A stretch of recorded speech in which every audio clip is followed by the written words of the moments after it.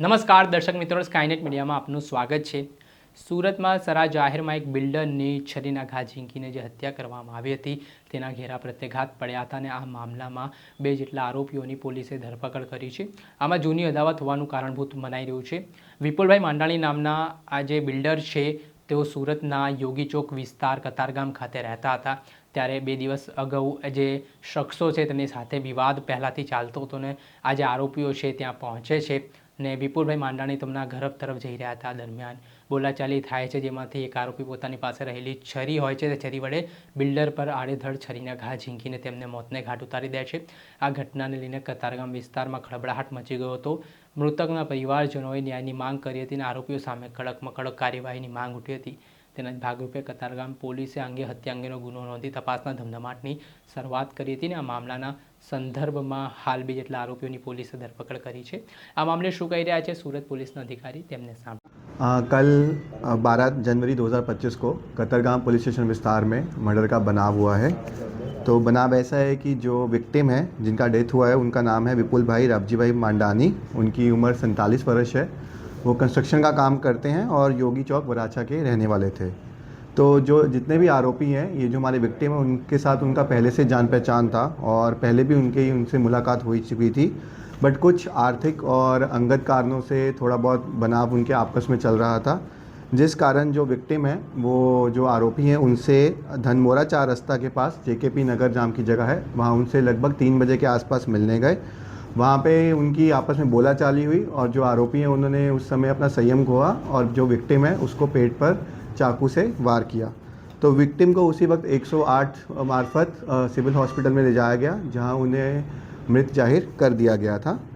जैसे ही पुलिस को इसके बारे में पता लगा तो उन्होंने अपनी कार्रवाई शुरू कर दी और कुछ ही घंटों में जितने 3 आरोपी हैं उनको अरेस्ट कर लिया गया। जो अरेस्टेड आरोपी हैं उनके नाम इस प्रकार हैं। पहला अश्विन सोलंकी, 28 वर्ष की उम्र है और वो पान गल्ले का काम करता है और जेकेपी नगर कतरगाम का रहने वाला है। दूसरा आरोपी जो है वो है हितेश राघव भाई सोलंकी, वो वचराज अपार्टमेंट जेकेपी नगर कतरगाम का रहने वाला है। और जो तीसरे आरोपी हैं वो हैं प्रफुल्ल भाई मनु भाई सोलंकी, वो गायत्री सोसाइटी कतरगाम के रहने वाले हैं। ये जितने भी आरोपी पकड़े गए हैं और इसके अलावा भी हमें सूचना तपास के दौरान पता लगा कि इसमें और भी आरोपी हैं जो इस पूरी घटना में शामिल हैं। तो उनको भी ढूंढने की पूरी कोशिश की जा रही है, जल्द से जल्द पकड़ा जाएगा।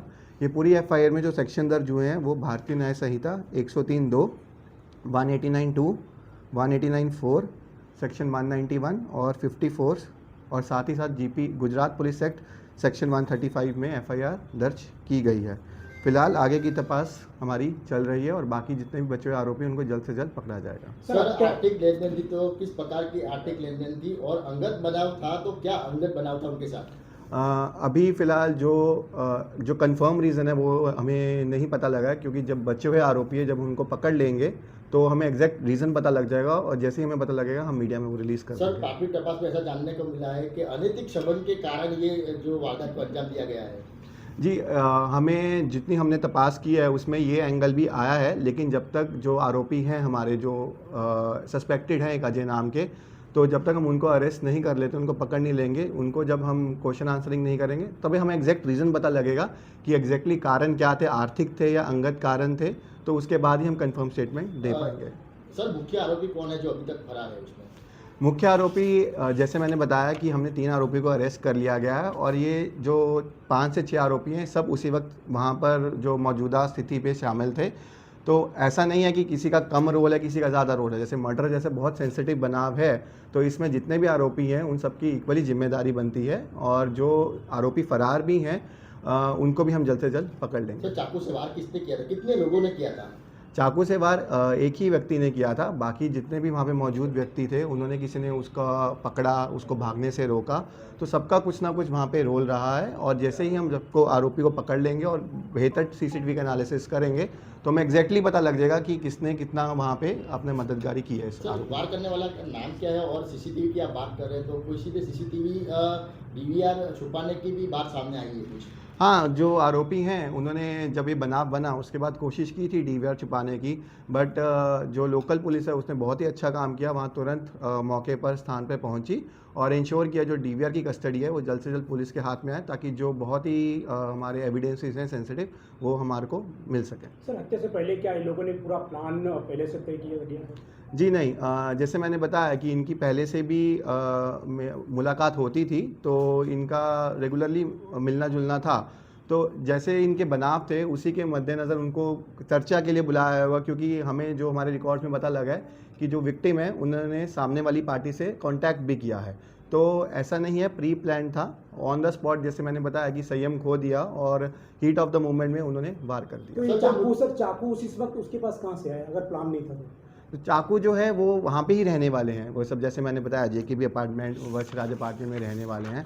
तो जैसे मैंने बताया जो एग्जैक्ट कंफर्म डिटेल्स हैं कि वो जो वेपन है वो कहाँ से आया, वो पहले से था नहीं था, जब हम आरोपियों को, बचे हुए आरोपियों को कंफर्म कर लेंगे और जो पूरी जो स्टोरी है उसको एक चेन हम बना लेंगे, तब हम एग्जैक्ट स्टेटमेंट दे पाएंगे। सर ये जो मृतक है वो बिल्डर है, तो वहाँ पे क्यों गया था? अब ये हमने उनकी फैमिली से भी पूछताछ की है कि क्या कारण हो सकते हैं, कौन से व्हीकल में गए और बिना बताए क्यों गए। तो फैमिली को भी इसके बारे में नहीं पता है कि वहाँ उनके जाने का एग्जैक्ट कारण कहा था। हमने जो आरोपी अरेस्ट किए हैं उनसे भी हमारे को क्लैरिटी नहीं मिली है।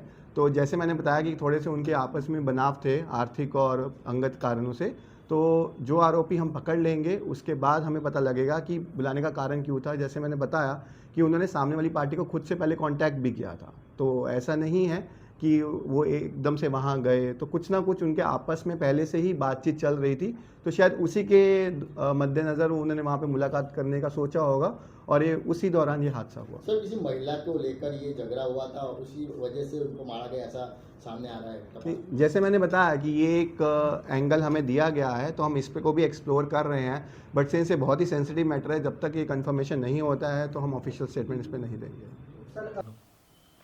આપણે સાંભળ્યા હતા સુરત પોલીસના અધિકારી, તેમણે ઘટનાને લઈને માહિતી આપી છે અને આ સમગ્ર ઘટનાના મામલે પોલીસ હવે તપાસના ધમધમાટની શરૂઆત કરી છે। ત્યારે આગામી સમયમાં હજી જે આ કેસમાં સંડોવાયેલા આરોપીઓ છે તેમને પકડવા માટે પોલીસે અલગ અલગ ટીમો કાર્યરત કરી છે। દર્શક મિત્રો, આવા જ નવા વિડીયો સાથે આપણે માહિતગાર કરતા રહીશું, એટલે સ્કાયનેટ મીડિયા જોતા રહો।